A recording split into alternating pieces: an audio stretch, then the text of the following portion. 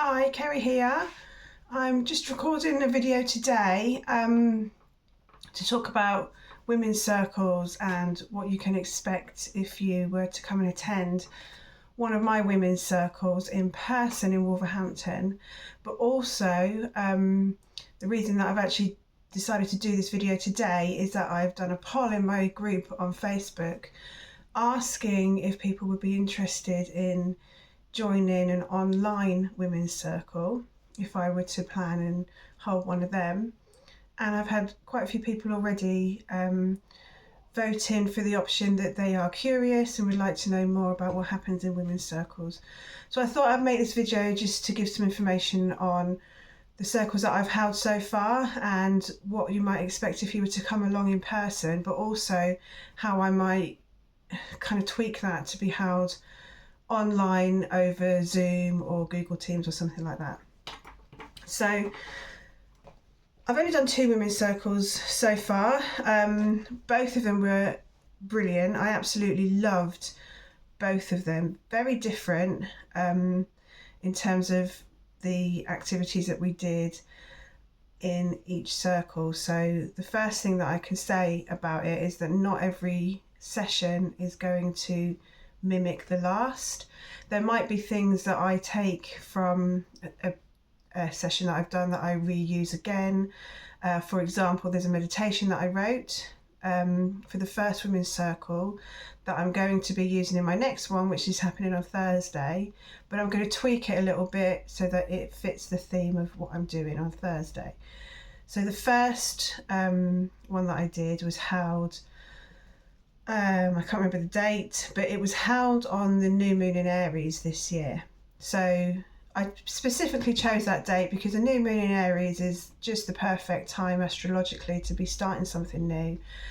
And I thought it would be great to kick it off with an intention setting ceremony.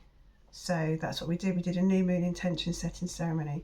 So during a women's circle, I will go through a list of agreements that I've drawn up, and one of the agreements is that what happens in circle stays in circle. So there's no kind of, if you were to come along with a friend, obviously the two of you can chat about what you've discussed together, but say we were out and you saw somebody else, that is then not appropriate for you to bring up things that person has said. Personal things that might have come up during the session. So what happens in circle and what is shared in circle stays in the circle. So privacy is and not so much privacy, but more that everybody that's there feels safe and secure to be able to communicate and express and share whatever they need to in that particular moment. So, that's really, really important when it comes to women's circles, that everybody there feels safe enough to share things that might be very personal. So, however, in this video, I'm not going to be obviously talking about anything that has been shared in the circle. What I'm going to be sharing is the kind of structure and the themes and the kind of activities that I've led so far, and how I might, how I might kind of translate that to be held as in an online environment. So one of the main differences between in person and online is that I like to do handouts. I like to have PDFs of the poem. I always share a poem, so I like to have printouts of the poem just in case somebody wants to take that home. I like to have maybe some journal prompts for people to take home, and if there's things that you're processing that maybe come up for you a day or a week or however long after the session, you can then journal it out, write it down, and there's some prompts. Obviously I can't give you physical handouts via Zoom, so that would have to be sent to you electronically. So I would need to have your details, either your email details or be able to contact you via say Facebook Messenger or something like that, so that I can get to you the documents and the kind of feedback form. That in person, I obviously give you the hard copy. So this is the feedback form, just asking for comments and suggestions. Okay, so I'm going to talk about the first session that I did, which was the new moon intention setting. So I start with a poem, and then I did like a guided meditation, and then we did the she share. It's part of the women's circle that I call the she share. So some people will have like a talking stick. I've got a talking stone. So I pass my stone around. It's a hagstone that I found on the beach in my hometown. And whoever's holding the stone is speaking. And the other ladies present, while the person is holding the stone, I call it Mama's belly.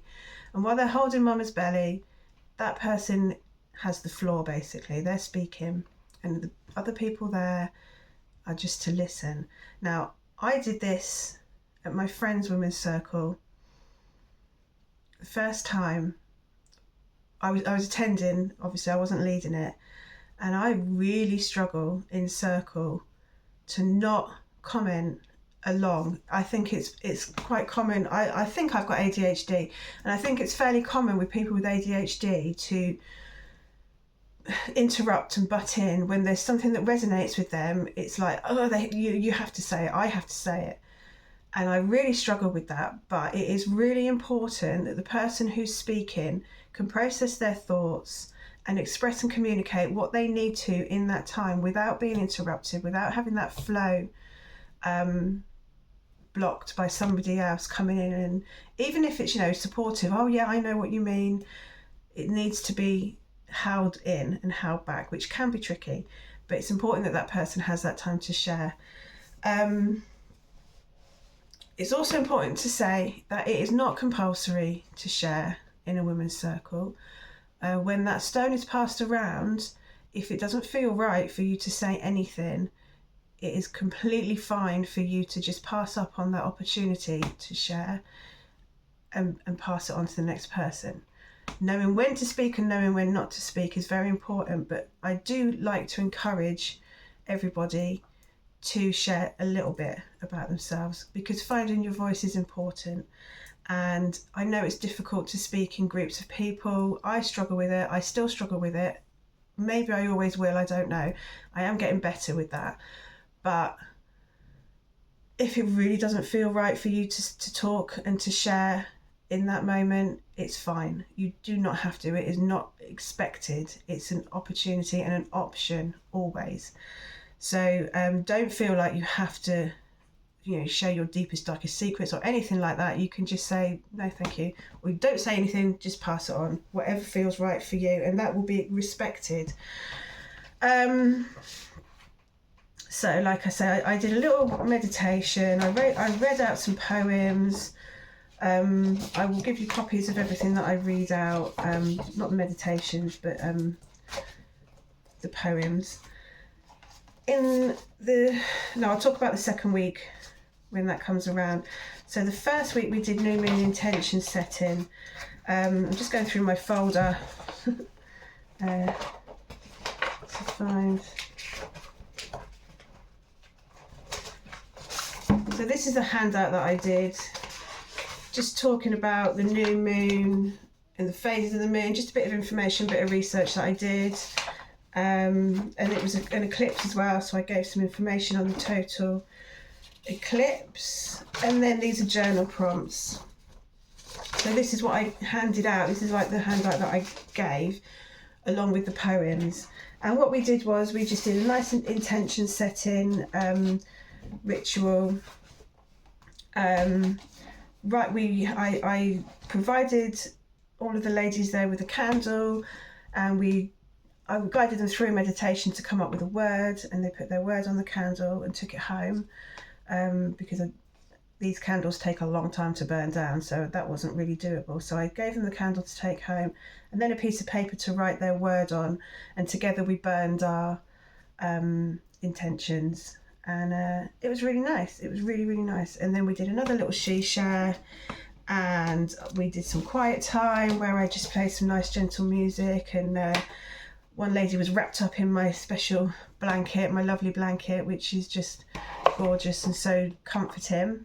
And yeah, it was lovely. All of the ladies said they benefited from being there. The second one was held a few weeks ago now, and it was focused on sharing our birth stories. So it didn't have to be birthing a child, although everyone there did talk about birthing their children, but I gave the option to share about birthing anything into creation. So it could have been a piece of art, a project, a business, a home, anything. That was really lovely. But before we did that particular, I called it a She Share Special. But before the She Share Special, we opened the circle. I'm trying to remember how I did it the first time. We opened the circle the first time, lighting floating candles. That was it. And everybody lit their floating candle and literally just shared their name and then lit their candle and put it in the bowl of water. That was how we opened circle the first time. The second time I had some items behind me that I asked the ladies to come up and choose an item to place on the altar and give a word, just any word. The second session was influenced quite strongly by a ceremony that I went to called Women Unbridled, which was like a whole day retreat. It was just amazing. We did so much kind of releasing, movement, vocal release, shouting, singing, screaming. I won't go into too much details about that because there's a lot of information, but I did share about it at the time on my page, so you can check the Moon in Libra page, just search Women Unbridled and you'll see the information on what happened there. But I wanted to share a little bit of that energy with the ladies. So what happened was I had a stone that I had collected from the White Horse. I'm trying to remember the name of the place that it's at. I can't remember, it's gone completely out of my head. But the Uffington, that's it, the Uffington White Horse. So that's where the ceremony was held, in a hall with the horse kind of overlooking the hall. And I went there afterwards because I'd never been before, I'd never seen the horse, and I didn't get to go there during the ceremony. Some ladies did, they went out and did an outside ritual there. I stayed and I raised a temple while the ladies were doing that. With some other ladies, obviously, not on my own. But so afterwards I went to the Uffington Horse and I tripped over a stone. I always bring a stone home from sacred places that I go to, and I'd forgotten, and as I was walking back to the car I literally tripped over this stone and thought, I need to take a stone with me, so I chose that one that I tripped, took it home. And then I was formulating the plan for the women's circle, and I decided to use the stone in a similar way to part of the ceremony where we blew, releasing into a bag. So I wanted to bring in the symbolism of the labyrinth, because there is one at Gattis Street where I hold the women's circles. They've got an outdoor labyrinth. So that was part of the ceremony where we went outside to the labyrinth. We walked into the labyrinth to release pain and trauma and anything that we wanted to let go of in that time. We blew it all into the bag, and then I'd made little trinkets for them to pick up. And as they walked out of the labyrinth, they held their trinket and they placed into the trinket all the hopes and wishes and dreams for their future, and that was theirs to take home and put on their altar. And then we buried, luckily Maria, who's amazing, who runs Gattis Street where I hold my women's circle, she's amazing, and she gave me permission to bury the bag with the stone and all of the stuff that we released into the ground, in the grounds of Gattis Street. So we did that and it was amazing. Oh, it was so lovely. The wind picked up at the right time, the rain came down at the right time.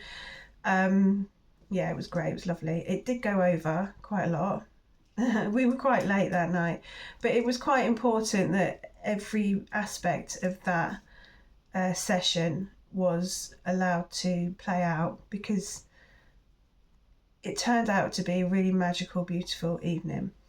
So that was the second one, and that's the only 2 women's circles that I've held so far. And you can probably tell for the difference in energy between the 2 of them. They were very, very different sessions, and the next session is going to be different again because we're looking at the wild feminine in the next session. So we're going to be talking about wolf symbolism. I'm going to be doing drumming. I'm going to be leading meditation, but instead of having it written down, I'm going to do it intuitively for the first time. So that's something that I've never done before. So that's going to be new territory for me. And drumming, I'm going to hopefully get some women finding their voice and singing a little bit. And looking at the wild feminine. So I'm going to be reading from women who run with wolves. And I don't know what else yet. I haven't really planned that far yet. But yeah, that's going to be the focus of the next one. So what I'm thinking of doing is online women's circles where I'm still leading the session, but obviously you're going to be in your own home. So I'm not going to be able to supply you with materials. I'm not going to be able to give you the handouts and things like that. So I'm going to have to figure out, because what I would like to do is each of the women's circles that I do in person, do an online version of that. So I'm just going to have to use my imagination and get creative and see what I can do. But luckily I have attended a lot of online courses. I've attended a lot of Zoom sessions as a student. And so, I've got a fairly good idea of ways that you can get around. I mean, you literally just give a list and you say you're going to need to gather this stuff, and if you can't gather all of it, do your best, basically.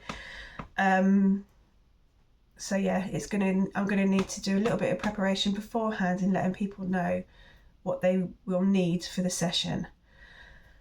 And yeah, so each session will have a different theme. Each session is going to be raising completely different energy. And I'm thinking of doing 2 online sessions, one in the evening during the week and one at the weekend, so that more people have got chance that they'll be able to make it. But what I will say is that if you've been to one in the evening, please don't come along to the second session again. I don't know why, it just doesn't feel right to have somebody that's already been there going through it again. I don't know. Another thing to add is that I limit the spaces to 10.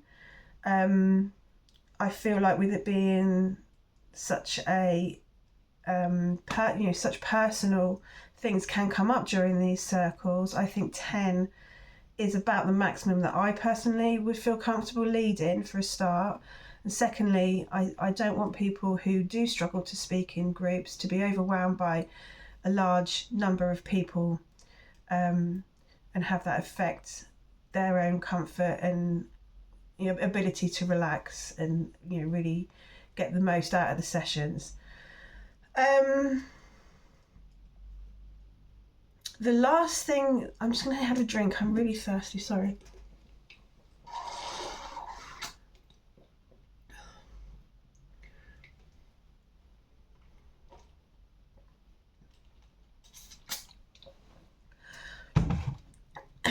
And the last thing that I really want to say about the women's circles is that I really feel strongly that collaboration is important. And if you have something that you would like to share with the women's circle in person or online, collaboration is really important. So Maria did a talk in the last one about labyrinths, and I'm really, really open to people who come to sit with the circle, taking part in leading sections, talking about what they do or what they're interested in. And so if there's anything that you would like to share with the women's circle, I can hand that over to you for half hour or however long it takes. The first women's circle that I went to, a lovely lady shared about forest bathing, which was really interesting. And obviously she got people who were there interested in coming along to what she was doing, and that I'm all for that. I think that's amazing. Women supporting each other and giving each other space to share what they do. So yeah, just if there's something that you want to share, it doesn't have to be spiritually related. It doesn't have to be related to the theme, although it would be better if it were kind of in somehow related to the theme of what we're talking about already. But yeah, if you want to share, that's brilliant. Just 1 second, my daughter's at the door. Sorry about that. That was my daughter just coming in to grab something. But I think I was pretty much done, actually. I talked about the collaboration. The cost of the online women's circle I would keep the same as the in-person, which is £5, and it will generally last between an hour and 2 hours. Each one's, like I say, going to be different, but I would try to keep it to roughly an hour,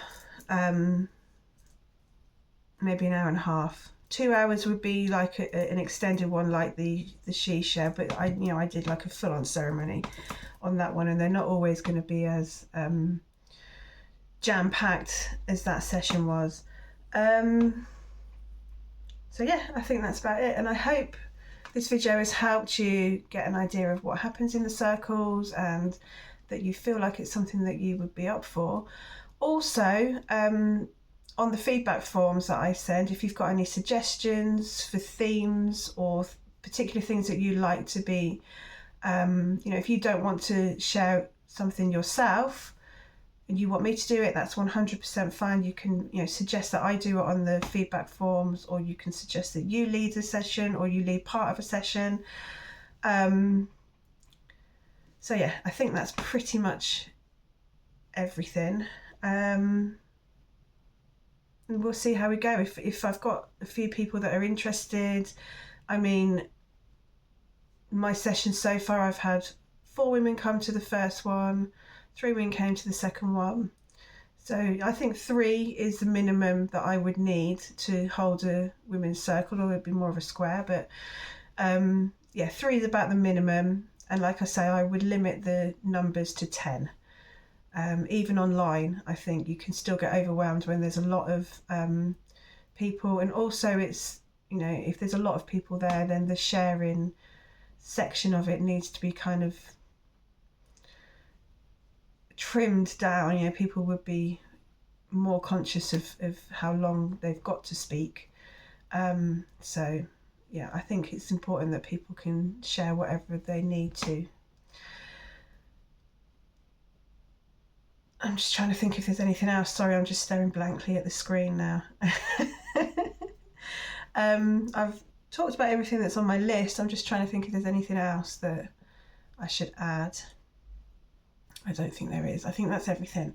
Okay, so I will hopefully hear from you saying that yes, you're interested in this, it's something that you'd like to get involved with, and then I can start planning my first online women's circle. How cool would that be? And if you're in the Wolverhampton area and you like the sound of it and you want to get involved in person, then the next one is going to be this Thursday, which I think is the 8th of June, Thursday the 8th of June, at Gattis Street Community Centre, and it's at 7 o'clock in the evening. And it's probably going to go on for maybe an hour and a half, so we'll probably be there till about 8:30. Okay, and then I'd also like to just put in here that I've got a sound bath planned in the same venue, Gattis Street, in their garden, in their wooded area at the back, in their little hut. I've got my first sound bath. So this is something that you can expect to have during my women's circles. So I've got crystal singing bowls, which I'm completely in love with, and I'll just give you a little sample of these. My lovely chimes. And yeah, sound healing, including singing, is something that is probably going to be featured a lot in my circles, both online and in person. So if that tickles your pickle, then let me know, and I will hopefully speak to you soon. Take care. Bye.